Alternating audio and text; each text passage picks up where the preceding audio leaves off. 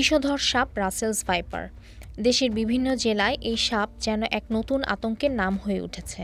ফেসবুকে এই সাপ নিয়ে অনেকে নানাভাবে উদ্বেগ প্রকাশ করছে, দিচ্ছে নানান তথ্য, যার অধিকাংশ সঠিক নয়। পরিস্থিতি এমন পর্যায়ে পৌঁছেছে যে এই সাপ মেরে ফেলার প্রচারণাও চালানো হচ্ছে ফেসবুকে। দেশকাল ভিডিওর আজকের পর্বে আমরা জানব রাসেলস ভাইপার নিয়ে প্রচলিত গুজবের বিপরীতে প্রকৃত তথ্য সম্পর্কে। সাম্প্রতিক সময়ে কয়েকটি জেলায় রাসেলস ভাইপারের কামড়ে কয়েকজনের মৃত্যুর ঘটনা আতঙ্ক বাড়াচ্ছে। মানুষজন ভাবছে এই সাপে কামড়ালে নিশ্চিত মৃত্যু।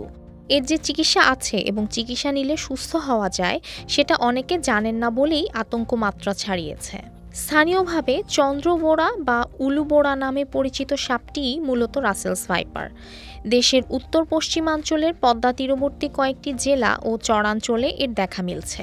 যদিও বহু বছর ধরে ধারণা করা হচ্ছিল এই সাপ বাংলাদেশ থেকে বিলুপ্ত হয়ে গিয়েছে। বর্তমানে এই সাপ দেশের ২৮টি জেলায় ছড়িয়ে পড়েছে। বাংলাদেশের প্রধান ৩টি বিষাক্ত সাপ হল গোখরা, কেউটে এবং চন্দ্রবোড়া। সাধারণত গোখরা সাপ কামড়ালে চিকিৎসা না নিলে গড়ে ৮ ঘন্টা পর, কেউটে সাপের ক্ষেত্রে ১৮ ঘন্টা পর ও চন্দ্রবোড়ার ক্ষেত্রে ৭২ ঘন্টা বা ৩ দিন পর রোগীর মৃত্যু হতে পারে। বাংলাদেশে এই সাপের কামড়ের পর ১৫ দিন পর্যন্ত বেঁচে থাকার রেকর্ড আছে।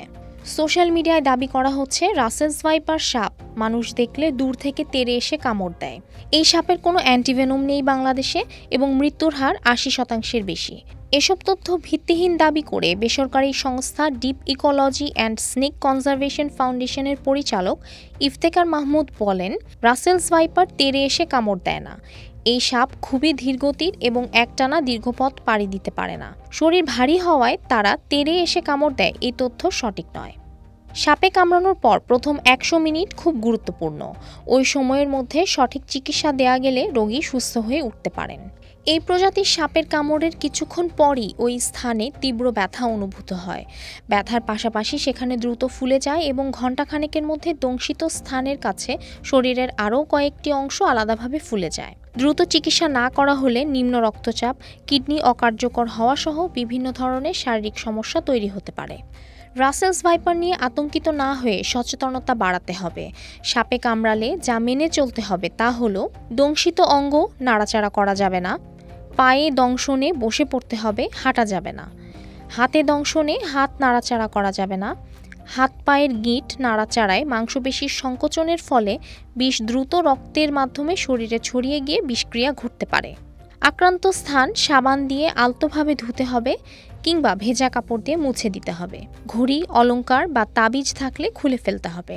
দংশিত স্থানে কাঁটা, সুই ফোটানো কিংবা কোনো রকম প্রলেপ লাগানো যাবে না। সাপে কাটলে ওঝার কাছে গিয়ে অযথা সময় নষ্ট করা যাবে না। যত দ্রুত সম্ভব নিকটস্থ হাসপাতাল বা স্বাস্থ্যসেবা কেন্দ্রে যেতে হবে।